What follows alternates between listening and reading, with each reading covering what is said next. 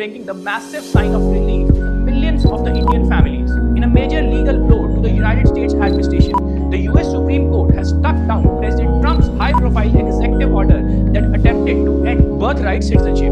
By a 6-3 decisions in Trump's case, the nation's highest court ruled that the president cannot use executive power to rewrite the 14th Amendment of the United States Constitution. For over a century and a half, the rule has been simple. If you are born on American soil, you are an American citizen. But while the political headlines are focusing on the White House, the human story is heavily centered on a specific group: legal Indian immigrants.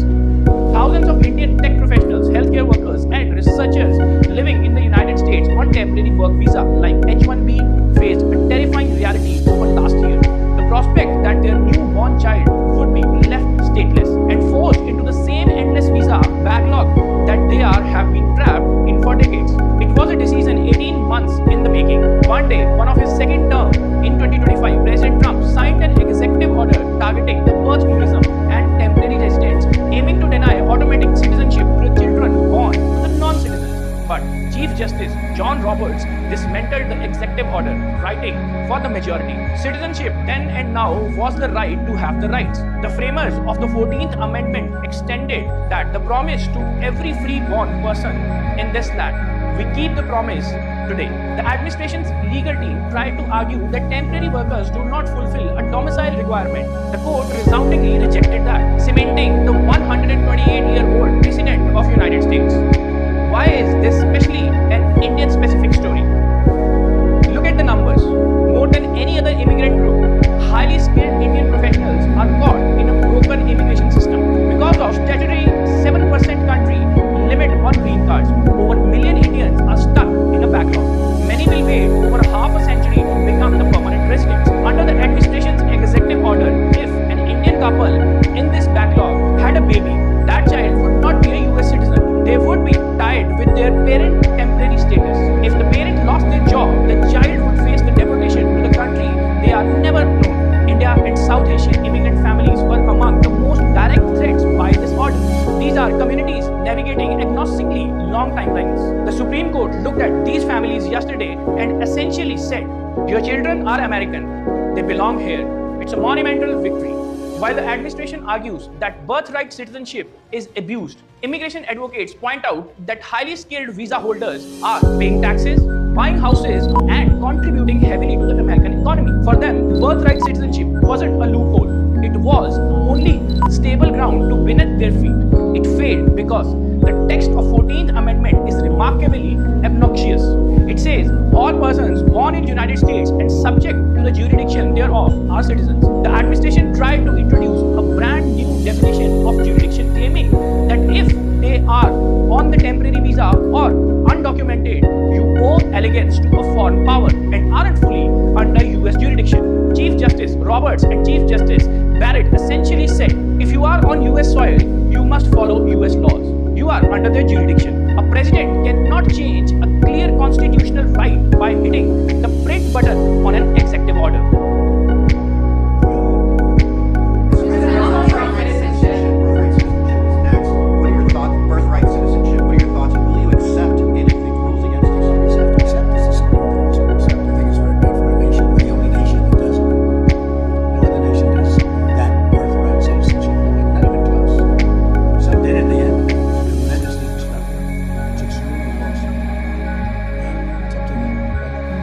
For the good of the country,